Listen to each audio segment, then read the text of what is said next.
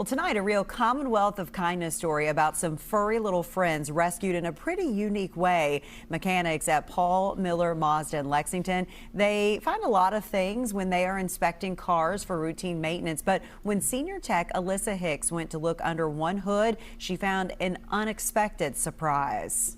All right, so yesterday morning, this car came in for routine maintenance. I opened my hood to start my inspection, and I find leaves, debris, kind of just jumbled up in between the airbox and this battery here. So I start taking out what would be leaves and nest, and pink little cute squirrels start falling and squealing at me.